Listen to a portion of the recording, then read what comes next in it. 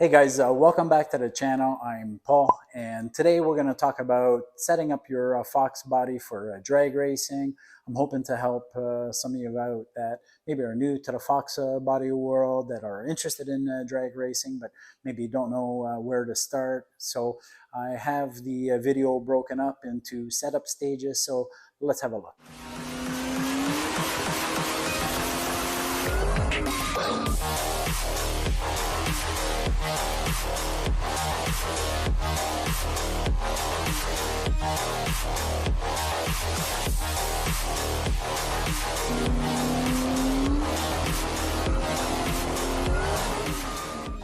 So the video is broken into three stages. One stage feeds the next. I'm going to give you guys some different options that you can use for parts wise. A lot of this stuff was based off of my own experience. I'm going to share some mistakes that I made along the way, so hopefully you can avoid those. So let's start with stage one. Stage one, we're just starting out, so we're going to be taking in a ton of information. We'll chat about a basic setup for your Fox body. We want to get to the track and understand all the moving parts there.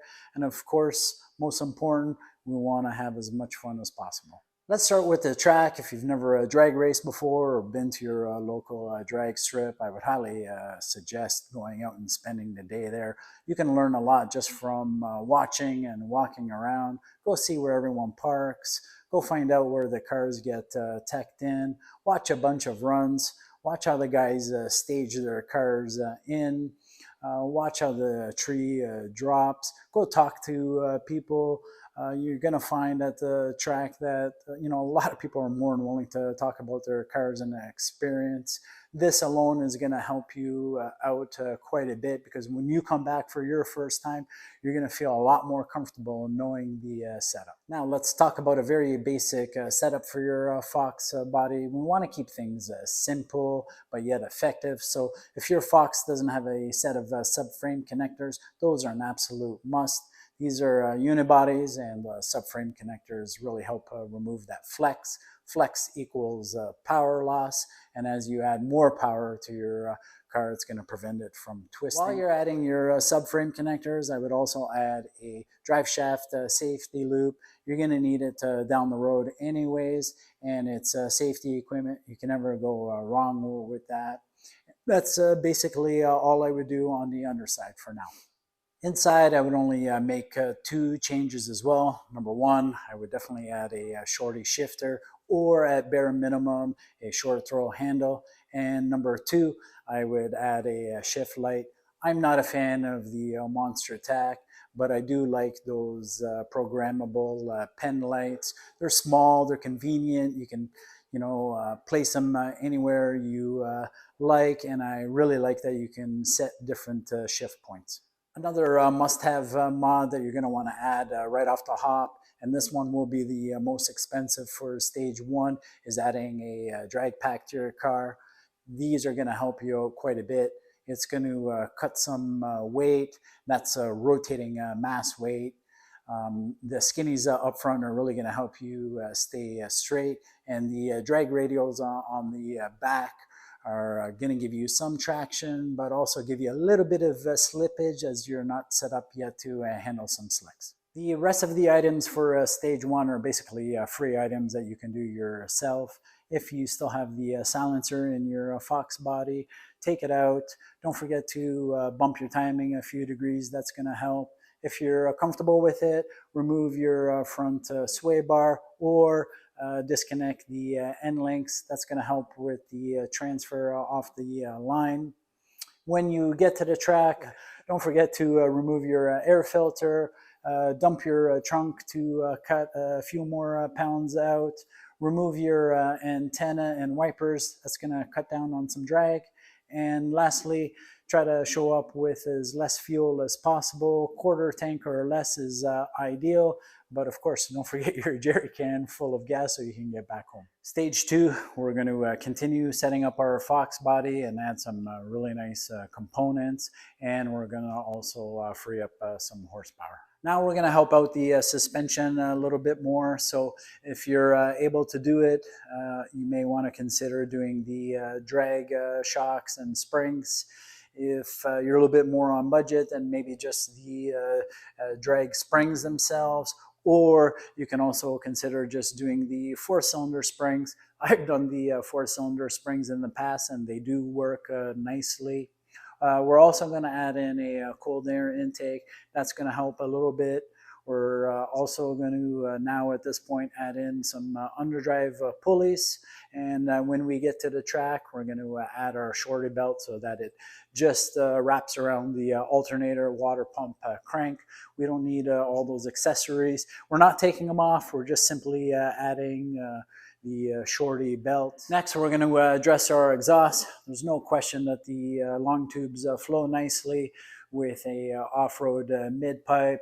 You're going to want to add your race muffler of choice, and I personally like going with dumps.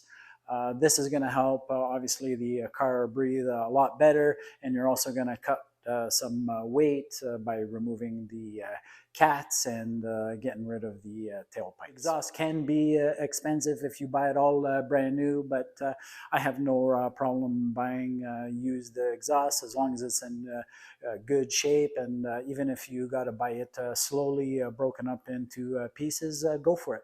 The last area that we're going to address for stage 2, and it is going to be the most costly, is beefing up the rear end. I've certainly pushed my luck and pushed the parameters quite a bit with the stock 28 spleen. I've ended up dropping an axle. That wasn't fun, and it was a very expensive tow home. That said, this is definitely one area I wouldn't buy anything used. I've tried. I bought a set of used gears and they whine like crazy. I'm not saying that it won't work. I'm just saying that there's that chance that the used items won't mesh well. So just buy everything new. If you got to buy them slowly for budget purposes, that's fine. Once you accumulate everything, take it to a rear end specialist and have everything all installed at once, so you're only paying the labor once. But I would definitely consider a 31 spleen setup. So get your axles, get your C-clip eliminator, do the rear diff, and have your gears all installed at the same time. Moving on to stage 3, our goal now is to have all our previous mods start working together, but I would certainly complement it at this point with moving our battery from the front to the trunk. We're basically displacing that weight, but any weight that you remove from the firewall forward is going to help drastically with that weight transfer off the line. We're now better set up and ready to have some more fun. So at this point, we're going to add in a 100 shot of nitrous. It's going to be a nice little kick, but to safely run it, I would definitely consider adding a 255 pump in there, fuel pressure safety switch, and for sure, without question, I would definitely have it tuned to run that nitrous so you don't lean out. All right, so just to recap the video, it was intended for maybe someone just starting off, new to the Foxbody world, new to the drag racing world. I just want to provide a baseline. It's not an exact formula. I broke up the video into stages, with one stage feeding the next, and for also budget purposes. I actually had some fun creating the video, brought back a lot of old memories for me. So I hope you guys truly enjoy the video. You guys know what to do.